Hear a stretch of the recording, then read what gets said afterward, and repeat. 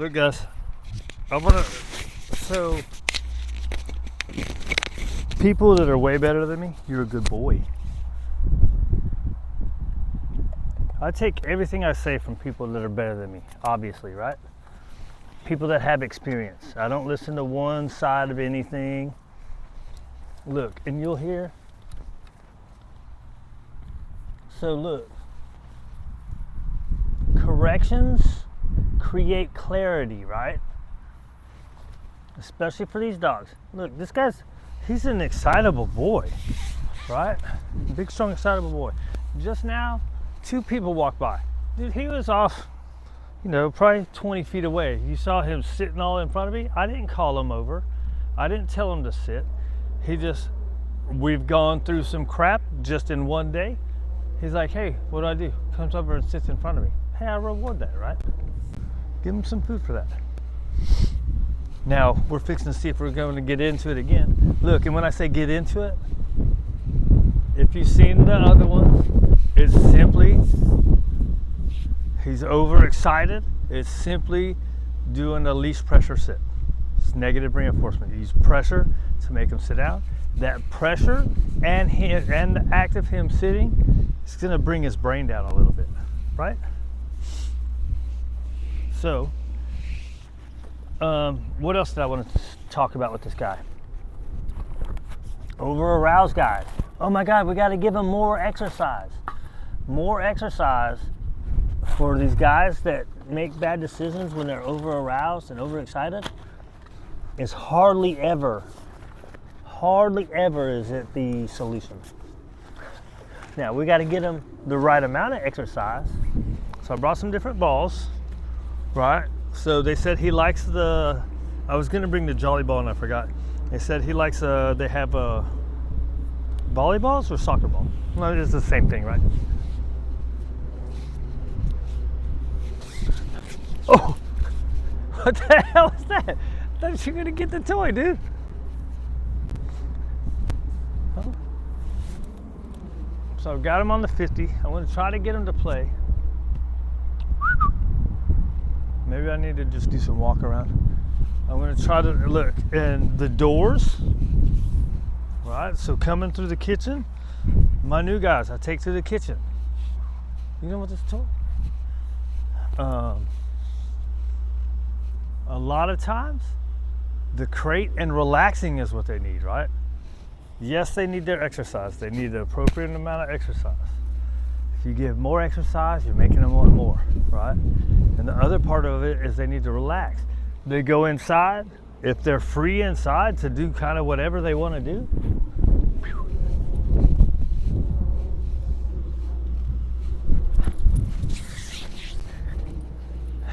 there we go. This way, this way. He's used to being on a farm right now. It's all kinds of space. Right? And again, too much freedom. Maybe that's too much for him, right? Get the ball. What do you mean, Hachu? Right? He probably has some issues with being controlled, right? He looks at the leash, he looks at the toy, he's looking at where the source of the fun is with the toy, right? The other part is when we start play. He's pretty chilled out, right? I can start playing. Oh, fool.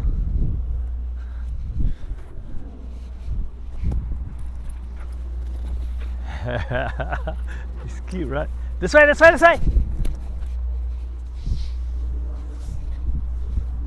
These are actually good. This way, and then him hitting the leash pressure is actually good because the verbal is gonna, the correction, you saw I'm not even doing nothing, I'm just holding it. He's hitting the end of the leash. The correction or a reward, the consequence, right? A consequence can be positive or negative. It can be adding food, adding play. It can be a negative using leash pressure, a correction. It could be a natural one, just him hitting the end of the leash. I didn't do anything, but that gives the word some meaning. So this way, bam. Oh, I gotta go that way. What you doing, fool? Man, you're a strong dude. What's up, buddy? So we're gonna back him off the toy. I just step into him. Right? So this is what I did. He's on the other side of the toy, and it's not that he does any kind of guarding thing. He's a pushy youngster, right? So I did like this. Boom. And then I get the toy. It's not that I mean, I don't want him to mouth me when I'm getting it. Would he have done it? I don't know, maybe. We kind of need to go through that and correct it some more, right? But part of dogs listening to you is they got to defer space to you, right? How do you defer space? You use spatial pressure. The dog's standing where this ball is, and I want this ball. He's standing there looking at it. He was actually kind of right there. So I just stepped in, boop. He backed up, you take the ball, right? That's deferring space. The dog needs to defer space. So that brings up another thing. He's got a interested adopter, right? That they just had a little dog fight with their dogs. I'm like, that's not exactly the best situation to bring in a confident, overly excited dog, right? You have to bring a dog in, and they have to, first you have to have your house in order. And then if your house is in order, right, then you bring in another dog, but you have to get in with that dog. What's his name, Bud? Release pressure? There's a dog over there. Right. Right. He's kind of jumping excited, a little correction, right? Good boy. He settled down. Right? So if you, then your new dog, you have to take time and get to know the new dog. If you don't get to know the new dog, you're a good man. Very nice. Get that crap out of my face. Look, man, you can't be leaving food everywhere. You in the ghetto now, bro. You used to being on a fancy farm, chasing cows and stuff, right? So you have to play with the new dog. You have to get the dog excited. You have to get to know the dog calmly, right? Then you have to get to know the dog in the excited state and get the dog listening to you in both of those states. Otherwise, if and when something happens, you ain't got a chance. If your dogs in your house aren't listening to you, and then this dog is new and you just throw them all in there, man, you ain't got a chance unless you get lucky. Right, so he wants to kind of run and play. Hey, fool.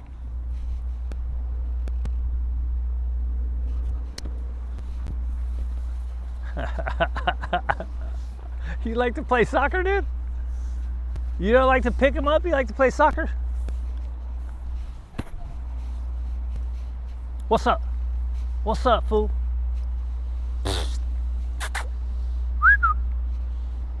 Hey, yo. There you go. Oh, crap. There we go. It's already taken a couple tumbles. The dang microphone thing.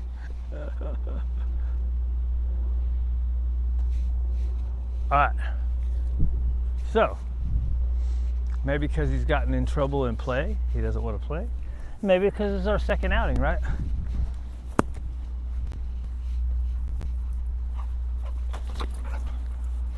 Yeah, good.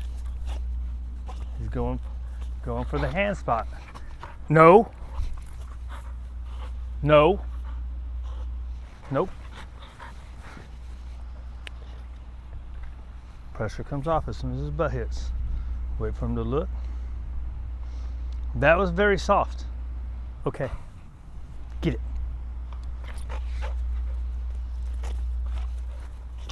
See, he's going for the hand spot. Good boy. Get your toy. Kind of did it at the same time as I moved, right? You're a big goofy boy. Then let's see. Good job. Very nice. Good boy. Are you ready for food stuff? Are you hungry? Very nice.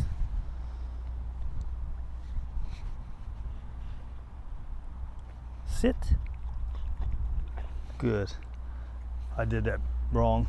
Said it at the same time I was doing my hand. Look at this good young fella. You're such a good boy. Right? The other one with mouthy dogs, break. The other one with mouthy dogs, start doing a lot of food from your hand, right? A lot more food from your hand. They get used to licking at it. Now you gotta watch if they want to start getting pushy. You're a good man. You're a good young man. Let's go into something else then. Right, so let's think about this. The times he's getting mouthy, when I know and I leash pressure him, good boy. Right? Does that make him not want to play? It's avoidance, right? So what happens is you start wanting to avoid the punishment and pressure, right? So, but then it gets back. You're not going to totally ruin their play unless you're being a jackhole, right? He's got to figure out what the rules are, right? Come on. Good job, dude. Right? Let's see if he gets pushy. Pushy? Step into him. Right? It's okay to smell and mess with it. He starts pushing? No, dude, you can't do that crap. Take the space back.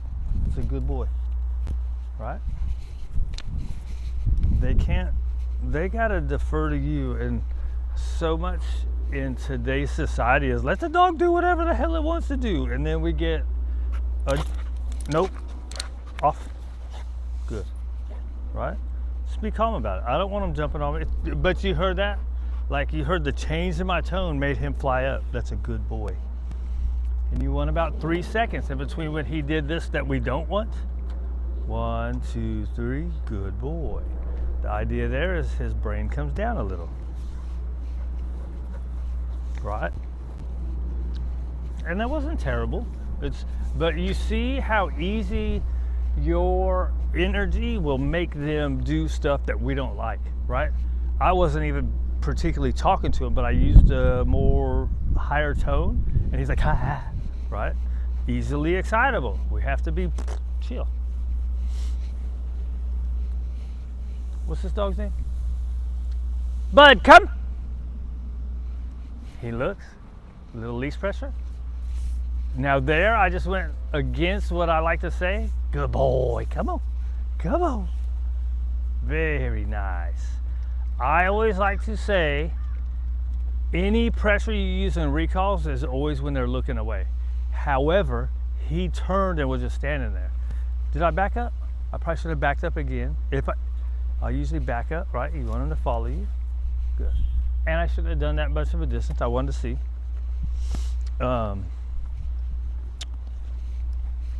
Because I think I know what I'm doing sometimes. You're a good man. What was I saying? Oh, but he was just standing there looking at me. So usually I'll back up. So I should have backed up 1 or 2 steps. Sometimes I'll come down low. I think coming down low with a guy like this is probably not smart. It might get him coming, but you better stand back up fast. Usually you get down low and it'll be like, yeah, I want to go get it, right? So anyways, I used a little pressure, even though he was looking at me, because it's communicating. This is what that means. He doesn't know what come means, right? Let's see. Bud, come. Back up. There you go. Good job. Yes, very nice. Very nice. That's a good boy. All right, so what was that, 15, about 15 foot? It's the security guard guy. Bud, come. Pressure. Yeah, good boy. As soon as he looked, that's when I backed up. Good job. pat on the butt for a release. Okay, I shouldn't even be doing that right there anyways.